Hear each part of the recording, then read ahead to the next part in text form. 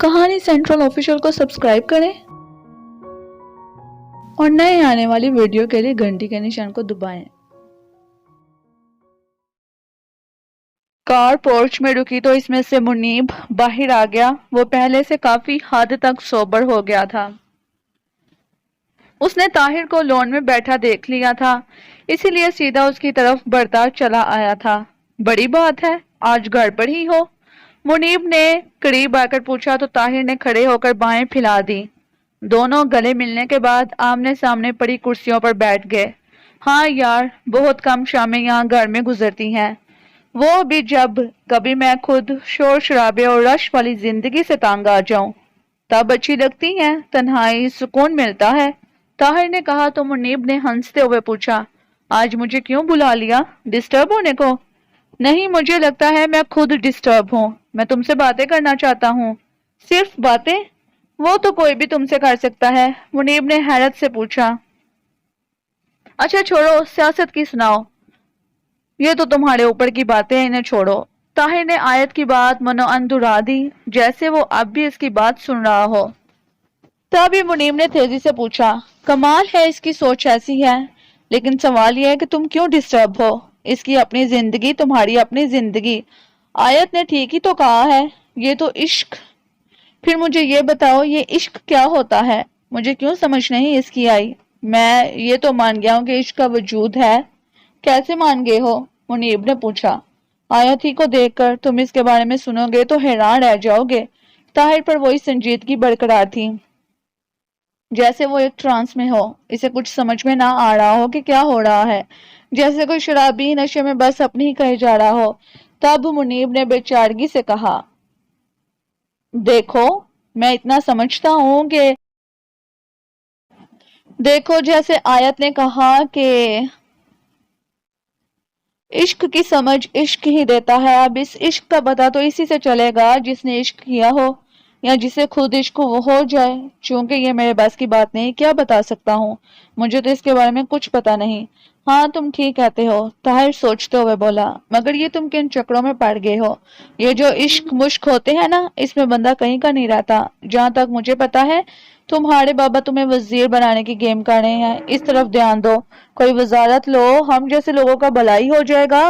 منیب نے اسے سمجھاتے ہوئے کہا تو طاہر بولا، لیکن یار کتنا سکون ہے اس دنیا میں وزیر بن بھی جاؤں تو کیا ہوگا؟ نہ بنوں گا تب بھی ہمارا سٹیٹس تو وہی ہوگا نا۔ سکون اور اس دنیا میں کیا بات کرتے ہو؟ دنیا میں صرف شور شرابہ ہے، گہما گہمی ہے، سکون تو سکوت میں ہوتا ہے، اور ایسا یہاں دنیا میں نہیں ہے۔ ہاں میرا دل کہتا ہے کہ جہاں تک میں نے سوچا ہے، یہاں اس دنیا میں کسی شے کا انت نہیں، سکون بھی ہے اور وہ بھی لامحدود ہے۔ لامحدود کہہ کر میں پھر ایک حد کا تعین کر رہا ہوں، طاہر نے خیالوں میں کھوئے ہوئے لہجے میں کہا تو منیب اکتا گیا، اسی لیے الجھتے ہوئے بولا، بس بس بھائی، مجھے پتا ہوتا نا کہ تم ایسی بہہ کے باتیں کرنے لگے ہو تو شاید میں نہ آتا۔ ابھی تو شام ہو رہی ہے اور تم نے ابھی سے اتنی پی لی ہے کہ بات اس نے کہنا چاہا، لیکن طاہر نے اس کی بات کاٹتے ہوئے کہا، میں پینا کب سے چھوڑ دیا ہے، میں اب نہیں پیتا، اب تو سوچ رہا ہوں سگریٹ بھی چھوڑ دوں، کیونکہ مجھے یہ احساس ہوا ہے کہ سگریٹ پینا آیت کو پسند نہیں۔ اوہو، تو اس کا مطلب ہے مجھے چلنا چاہیے۔ میں تو اس لیے بیٹھا تھا کہ محفل لگے گی۔ تبھی تم نے اب تک چائے کا نہیں پوچھا؟ وہ بولا، یہ جو تمہارے سامنے اتنی نعمتیں پڑی ہیں، یہ لو چائے بھی آ جاتی ہے، طاہر نے کہا۔ اوکے، اس نے کہا اور پلیٹ میں پڑے ایک سیب کو اٹھا لیا۔ ایسے میں ایک ملازم چائے لے کر آتا دکھائی دیا۔ لو، یہ چائے بھی آ گئی ہے، چائے پی لو پھر چاہے چلے جانا، طاہر نے کہا تو منیب نے کوئی جواب نہ دیا۔ ملازم نے چائے بنا دی تو وہ دونوں پینے لگے۔ اس دوران وہ حالیہ سیاست پر باتیں کرتے رہے۔ دن کافی چڑھ آیا تھا، دھوپ میں ہر شے نکھری ہوئی دکھائی دے رہی تھی۔ آیت تیار ہو کر لونچ میں بیٹھی ہوئی تھی، اس نے میرون کلر کا شلوار قمیص پہنا ہوا تھا جس میں اس کا گورا رنگ مزید نکھرا ہوا لگ رہا تھا۔ وہ صوفے پر بیٹھی ایک فائل پڑھنے میں مگن تھی، اس کے چہرے پر سکوت کے ساتھ سکون تھا۔ باہر اس کا ڈرائیور پورچ میں کار کھڑی کیے اس کا انتظار کر رہا تھا، یوں لگ رہا تھا جیسے اسے کسی کا انتظار ہو۔ زیادہ وقت نہیں گزرا تھا کہ باہر پورچ میں ایک کار آن رکی، جس کے چند منٹ بعد ہی امبرین داخلی دروازے میں نمودار ہوئی۔ اسے دیکھتے ہی آیت اٹھ گئی تو امبرین دوڑی سے کہنے لگی، سوری سوری، میں ٹریفک میں پھنس گئی تھی۔ یہ کہتے ہوئے وہ اس کے گلے لگ گئی۔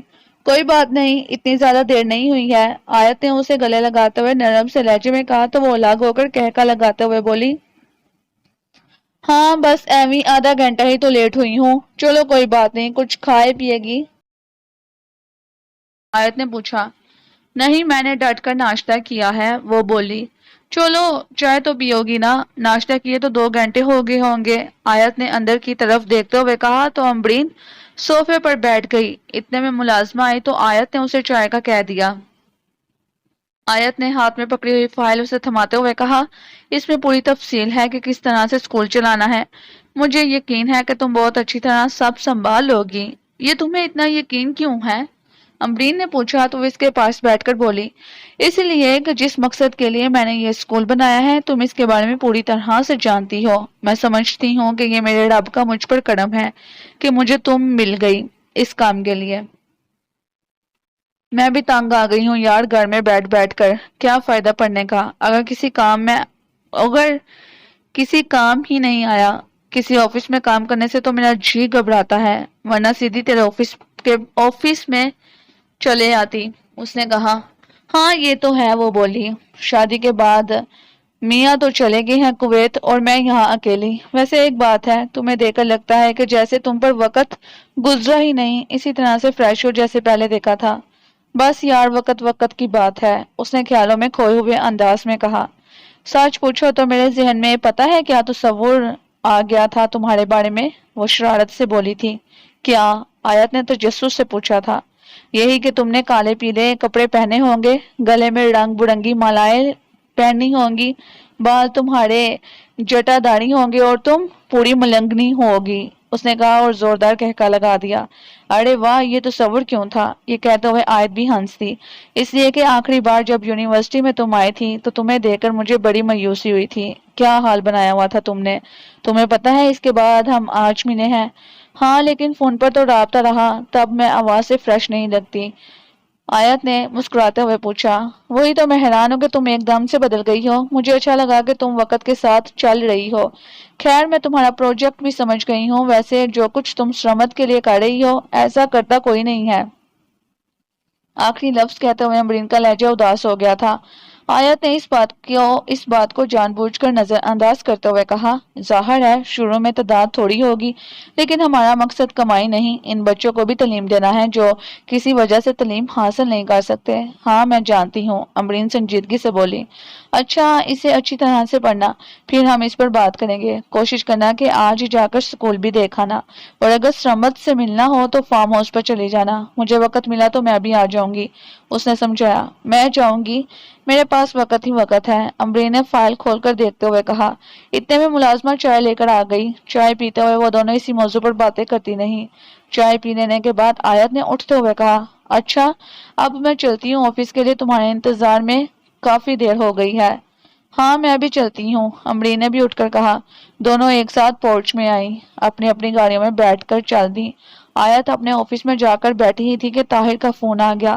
سیل فون کی اسکرین پر اس کا نمبر روشن تھا، وہ چند لمحے دیکھتی رہی، پھر کال ریسیو کرتے ہوئے بولی، ہاں طاہر بولو، میں تم سے ملنا چاہتا ہوں، وہ بولا۔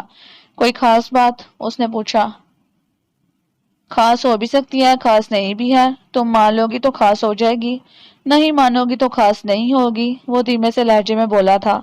طاہر میں اس وقت بہت مصروف ہوں، میرے آفس کا اس وقت پیک ٹائم ہے، اگر کوئی بات بہت اہم ہے تو آ جاؤ ورنہ ہم پھر کسی وقت بات کر لیں گے، اس نے سمجھانے والے انداز میں کہا تھا۔ میں آ رہا ہوں، لنچ تمہارے ساتھ کروں گا، اس نے حتمی انداز میں کہا تھا۔ ٹھیک ہے آ جاؤ، آیت نے کہا اور فون بند کر دیا۔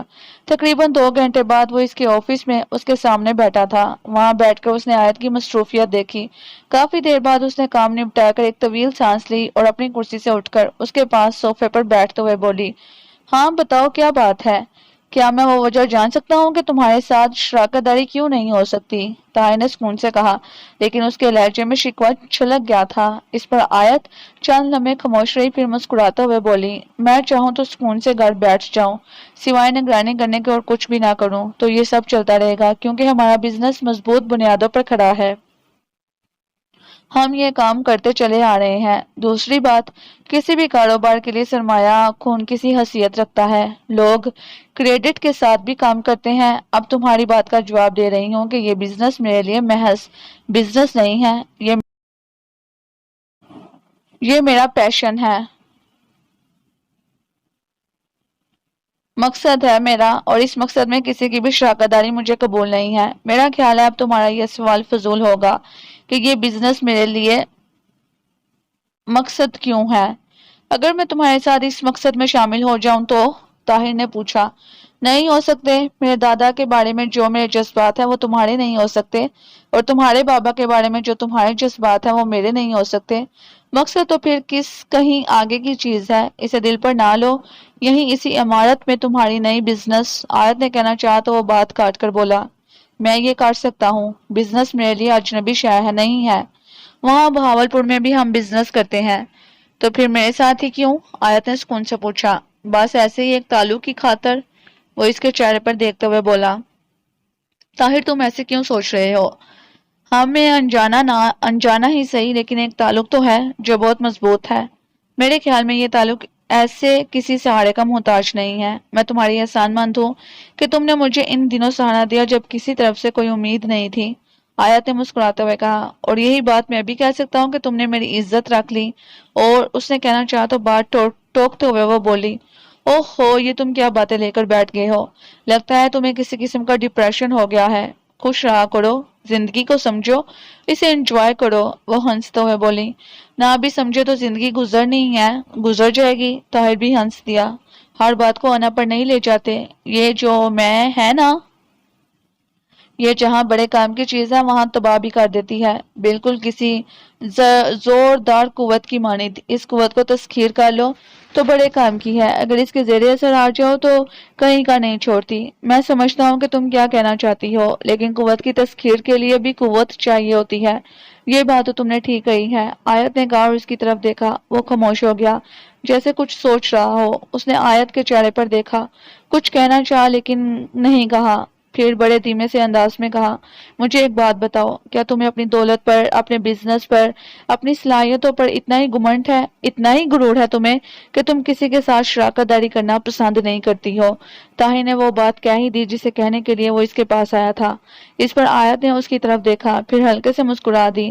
وہ سمجھ رہی تھی کہ طاہر کی انا پر چوٹ پڑی ہے اور یہ لفظ صرف اور صرف انا کو بچانے کے لیے کہہ رہا تھا، سو اس نے نظر انداز کرتے ہوئے پوچھا، میں سمجھی نہیں کہ تم کہنا کیا چاہ رہے ہو؟ میں یہ بات تم سے اس وقت بھی کہہ سکتا تھا جب تم میرے گھر میں تھی اور تم نے مجھے منع کر دیا تھا۔ میں نے وہاں یہ بات نہیں کہی، مجھے زیب نہیں دیتا تھا کہ میں تمہیں اپنے گھر میں ایسی بات کہوں جو تمہیں گرا گزرے۔ اور اس نے کہنا چاہا تو آیت نے بڑے سکون سے ہاتھ کا اشارہ کر کر کہا، سنو، میں نے تو دولت کما کر دکھا بھی دی، تم کیا ہو؟ ابھی تک اپنے باپ کی دولت پر گھمنڈ کر رہے ہو۔ تمہیں اگر اپنے کسی سٹیٹس کا غرور ہے تو وہ تیرے باپ کا دیا ہوا ہے۔ تم کیا ہو؟ تم نے اب تک کیا صلاحیت دکھائی ہے سوائے لڑکیوں میں دلچسپی لینے کے؟ میں کہیں سے سرمایہ لاؤں، میں شراکت دار تو ہوں نا، وہ بولا۔ نہیں، یہ غلط ہے۔ ہاں، تمہارا کمایا ہوا سرمایہ ہے تو لاؤ، اس نے پوچھا۔ تم میری بات کو، وہ کہنے لگا تو آیت نے اس کی بات سنی انسنی کرتے ہوئے کہا، مجھے نہ دولت کمانے کا لالچ ہے اور نہ کوئی بزنس ٹائکون بننے کا شوق ہے۔ میں ان لوگوں میں سے ہوں جو منہ میں سونے کا چمچ لے کر پیدا ہوتے ہیں۔ میرے پاس یہ بزنس نہ بھی ہو تو میں اپنی روٹی کما سکتی ہوں، لیکن یہ کہہ کر وہ پھر لمحے بھر کو رکی اور پھر کہتی چلے گئی، جب وقار حسین اس دنیا میں نہیں رہا تب سے لے کر سرمد کے ملنے تک میرے پاس ذاتی خرچ کے لیے بھی روپے نہیں ہوتے تھے۔ سرمد کا علاج تمہارے سامنے کی بات ہے، لیکن مجھے سرمد کو دنیا کی ہر خوشی دینا ہے۔ رابعہ کو یوں قسم پرسی کی حالت میں نہیں چھوڑ سکتی تھی، اس کے لیے مجھے دولت چاہیے تھی اور وہ میں نے کمائی اور خوب کمائی۔ کمائی مطلب تمہارے پاپا کا بزنس، دادا کا؟ طاہر نے تیزی سے پوچھا۔ تم یقین کرو یا نہ کرو، میں نے ان سے 1 روپیہ بھی نہیں لیا تھا، ابھی کچھ تقسیم نہیں کیا تھا دادا نے، اور مجھے کچھ دیا بھی نہیں تھا۔ ہاں، میرے بزنس کرنے والے خاندان کا بیک گراؤنڈ تھا میرے پاس۔ جب میری مارکیٹ ویلیو بنی تو مجھے میرے دادا نے مجھے وراثت میں ملنے والی رقم دی۔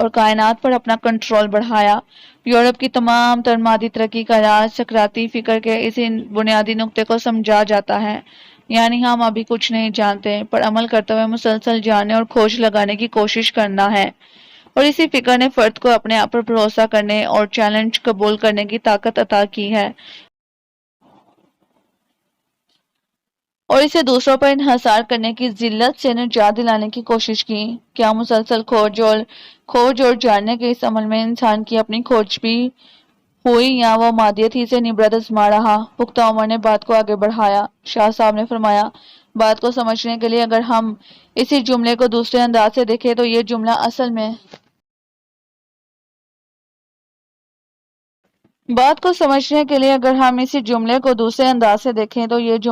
میں علم کی اساس جہالت پر قائم ہے۔ کیا جہالت کی اساس پر علم قائم ہو سکتا ہے؟ یہ ممکن نہیں ہے۔ یہاں ایک سوال اٹھتا ہے، اگر اس میں کچھ نہیں جانتا تو پھر علم کا حصول ہوگا کیسے؟ یہاں اس بات اور نفی آئے گی۔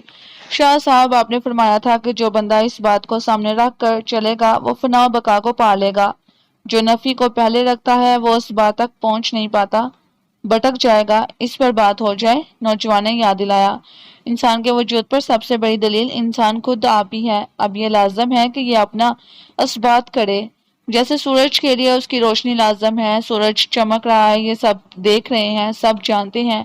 اب اس پر ہمارا اثبات یا ہماری نفی کوئی معنی نہیں رکھتی۔ ہم یہ کہتے ہیں کہ انسان پہلے اپنا اثبات کرے، اپنے آپ کو مانے، وہ خود کیا ہے، اپنے آپ کو تسلیم کرے گا تو ہی بات بنے گی نا، ورنہ انکار تو پھر ہے ہی انکار۔ انکار کیے بغیر اپنی ہستی سے انکار کر دے گا، ظاہر ہے اپنے آپ کو جانچنے کا کوئی معیار لے جائے گا۔ انسان اپنا اثبات کر کر اپنی تلاش کرے گا تو اسے پتہ چل جائے گا وہ اعلیٰ ترین معیار کیا ہوگا جس سے انسانیت سے لے کر دنیا کے تمام معاملات ہوں گے۔ وہ ذات اقدس نبی پاک صلی اللہ علیہ وآلہ وسلم کی ہے۔ آپ کی بیعت ہی دراصل صحابہ رضی اللہ تعالیٰ عنہ کا اس بات ہے۔ آپ صلی اللہ علیہ وآلہ وسلم کی اسی نسبت کے مطابق جب سالک اپنی مرشد کی بیعت کرتا ہے تو اس بات حقیقی حاصل کرتا ہے۔ شاہ صاحب نے فرمایا تو پختہ عمر نے کہا، جہاں تک میں سمجھا ہوں انسان کے علم میں بھی ترقی ہوئی ہے اور دوسری چیزوں کی طرح سے علم کے اصول کے ذرائع نے بھی ترقی کی ہے۔ انسان جب تک خود کو نہیں جان پائے گا علم کے بنیادی ذریعے تک نہیں پہنچ پائے گا۔ اب تلاش یہ کرنا ہے کہ حقیقی بنیاد کیا ہے۔ سب سے پہلے انسان خود کو دیکھے کہ وہ احسن تقویم کیسے ہے، کیسے بہترین معیار پر ہے۔ سب سے پہلی چیز انسان کا خالص پن ہے، اس کی سوچے کیا ہے، اور پھر اس کے بعد اس کی بنیاد ہے، اس کائنات کو کون تسخیر کر رہا ہے، اور انسان کیا ہے، مادہ اور روح اور اس کے زاویے ہیں، انہیں برابر رکھنا ہے۔ علم کا تعلق باطن سے ہے، وہ ظاہری شے نہیں ہے۔ جو اس کا تعلق ظاہر سے ہے وہ ماہیت کی حقیقی بنیاد انسان خود ہی ہے۔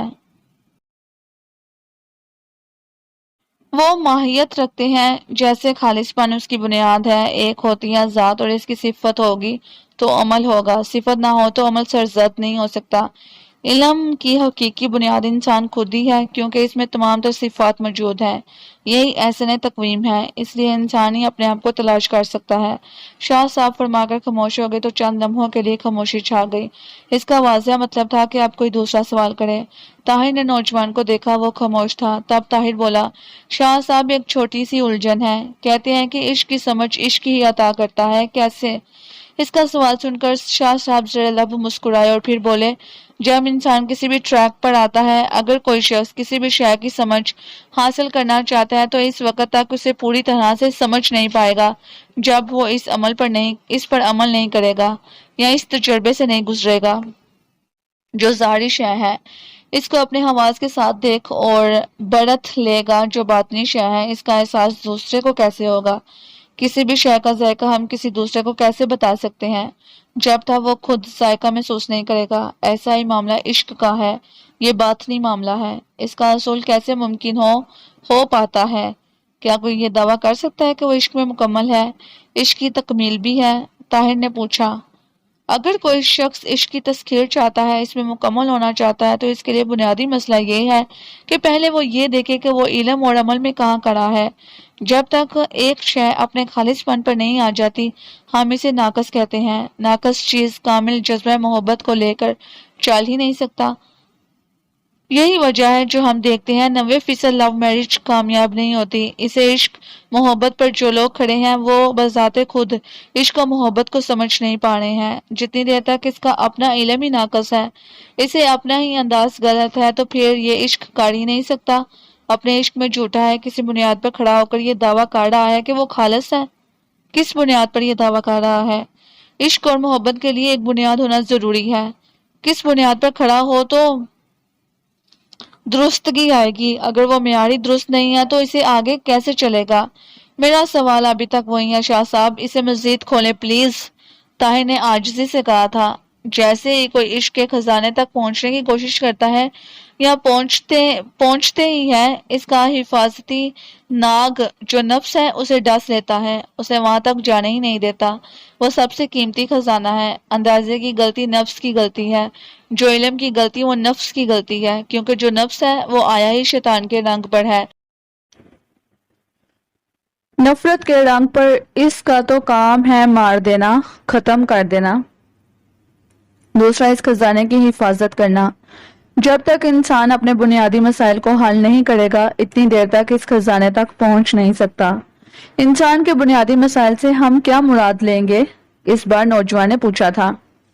منزل کا تعین کرنے کے بعد، یعنی میں نے فلاں منزل کو پانا ہے تو اس کے پاس صحت، زیادہ راہ سواری، یہ ساری سہولیات ہونے کے باوجود اگر اس کے پاس پختہ نیت یا ارادہ نہیں ہے تو پھر بھی منزل نہیں مل سکتی۔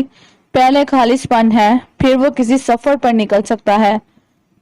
محب اور محبوب کا ایک تعلق چل پڑا، اس میں انہیں مسائل آئے۔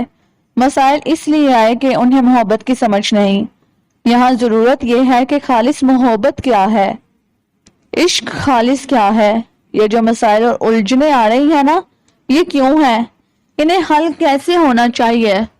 شاہ صاحب، میں نے اسے یوں سمجھا ہے کہ انہی مسائل اور الجھنوں کو دور کرتے ہوئے وہ نہ صرف خالص پن پر آ جائے گا بلکہ اسے عشق کی سمجھ بھی عطا ہو جائے گی۔ طاہر نے کہا تو شاہ صاحب بولے، جن کا عشق سچا ہے وہ عاشق عین مشوق ہے، اور جو مشوق ہے وہ عین عاشق ہے۔ دراصل نہ عشق رہ گیا نہ مشوق رہ گیا، پیچھے بچتا ہے عشق جو بے رنگ ہے، جس نے ان دونوں کو جوڑا۔ عاشق عاشق نہیں، مشوق مشوق نہیں، دونوں عشق پر آئیں گے تو آپس میں ملیں گے، تب بے رنگی پر آئیں گے۔ عشق کی حقیقت بے رنگی ہے جو ہر شے کو دکھا رہی ہے۔ شاہ صاحب، آپ نے فرمایا کہ عشق جب تک بے رنگ نہیں ہوگا وہ اپنی کاملیت کو نہیں پہنچے گا۔ کیا عشق رنگین بھی ہوتا ہے یا اس کا اپنا کوئی خاص رنگ ہوتا ہے؟ نوجوان نے پوچھا۔ جب عاشقی اور معشوقی کی منزلوں سے گزر کر ان دونوں مقامات کے رنگوں کو چھوڑ دے گا تو مقام عشق پر ہوگا۔ یہی مقام عشق بے رنگی ہے، اسے بس عشق چاہیے۔ یہی انسانیت کی روح ہے۔ عشق کی بے رنگی یہاں عاشق اور معشوق کو بھی بے رنگ کر دیتی ہے۔ ایسا عشق کیسا ہے جس پر عاشق اور معشوق بے رنگ ہو جائیں؟ یہاں ہر شے کی سمجھ عطا ہو جاتی ہے، شاہ صاحب نے کہا اور خاموش ہو گئے۔ کتنی دیر تک کوئی سوال نہیں ہوا تو وہ بولے، چلے آج کے لیے اتنا ہی رہا، باقی باتیں پھر کریں گے۔ ان کے یوں کہنے پر وہ ایک ایک کر کے تینوں اٹھ گئے۔ شاہ صاحب نے آنکھیں بند کر کر صوفے سے ٹیک لگا لی۔ اس صبح آیت جوگنگ کے بعد واپس آ چکی تھی۔ اس نے دیکھ لیا تھا کہ دادا لون میں بیٹھے اخبار پڑھ رہے ہیں۔ وہ سیدھی اس طرف بڑھ گئی۔ دادا نے اسے دیکھ کر اخبار سمیٹ دیا۔ جب وہ سامنے پڑی کرسی پر بیٹھ گئی تو انہوں نے مسکراتے ہوئے پوچھا، بہت مصروف ہو کئی دنوں سے؟ دن رات ایک کر کے رکھ دیے ہیں تم نے۔ دادا، آپ کو پتا ہے میں نے اسکول شروع کیا ہے، بس اسی کی شروعات میں تھوڑی سی مصروفیت رہی، اب امبری نے سنبھال لیا ہے تو میں فری ہوں۔ آیت نے کہا۔ دادا کھوئے ہوئے لہجے میں بولے، سرمت کے لیے تو تمہاری محبت اچھا لگا مجھے، اگر تم کہو تو میں بھی کبھی کبھی وہاں ہو آیا کروں۔ بچوں کے ساتھ وقت گزار کر بندہ بہت ہلکا پھلکا ہو جاتا ہے۔ یہ تو بہت ہی اچھا ہوگا، یقین کریں میں پرسکون ہو جاؤں گی، وہ خوشی سے بولی۔ اچھا اب میری بات غور سے سنو، آج آف ہے نا تمہارا؟ کوئی پروگرام تو نہیں ہے؟ انہوں نے پوچھا۔ نہیں، میں آج گھر پر ہی ہوں، اس نے بتایا تو دادا نے پھر رک کر کہا، تو ٹھیک ہے، آج لنچ پر کچھ لوگ آ رہے ہیں، ان کے ساتھ خواتین بھی ہوں گی، وہ تمہیں دیکھنے تم سے ملنے کے لیے آئیں گے۔ مطلب آج کا دن سکون سے نہیں گزار سکوں گی، آیت نے خفگی سے کہا تھا۔ میں اس وقت کسی بحث کے موڈ میں نہیں ہوں، ہمیں اس دنیا کی حقیقتوں کا سامنا کرنا ہے، لہٰذا تمہاری شادی تو ہونا ہی ہے اور یہ میرا فرض ہے، دادا نے حتمی انداز میں کہا تھا۔ ٹھیک ہے دادا، جیسا آپ چاہیں، آیت نے بے دلی سے کار اٹھ گئی۔ وہ سوچتے ہوئے پھر سے اخبار دیکھنے لگے۔ دوپہر سے پہلے ہی وہ مہمان آ گئے۔ آیت فریش تو تھی لیکن اس نے تیار ہونے کے لیے کوئی خاص اہتمام نہیں کیا تھا۔ وہ سب لانچ میں تھے، اسے معلوم ہو گیا تھا کہ وہ 5 لوگ ہیں جن میں 3 خواتین ہیں۔ کچھ دیر بعد وہ بھی ان کے پاس آ کر بیٹھ گئی۔ خواتین نے اسے ستائشی نگاہوں سے دیکھا، پھر باتوں کا سلسلہ چل نکلا۔ زیادہ وقت نہیں گزرا، وہ خواتین اپنے اصل موضوع پر آ گئیں۔